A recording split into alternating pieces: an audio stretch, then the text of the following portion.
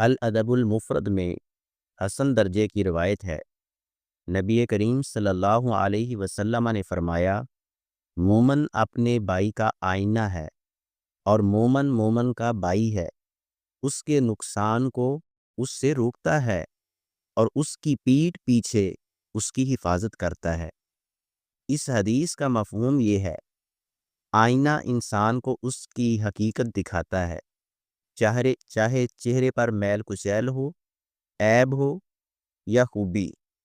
کسی طرح مومن کا فرض ہے کہ وہ اپنے بھائی کو اس کی غلطیاں اور عیب نرمی اور خیر خواہی کے ساتھ بتائے۔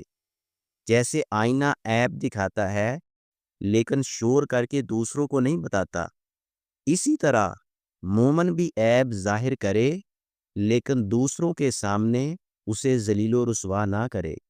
مومن اپنے بھائی کو دین یا دنیا کے نقصان سے بچاتا ہے، اسے گناہ سے روکنے کی پوری کوشش کرتا ہے۔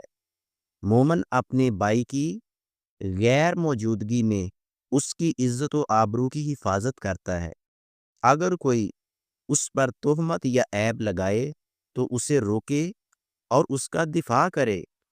اصل بھائی چارہ صرف خون کا رشتہ نہیں بلکہ ایمان کا رشتہ ہے۔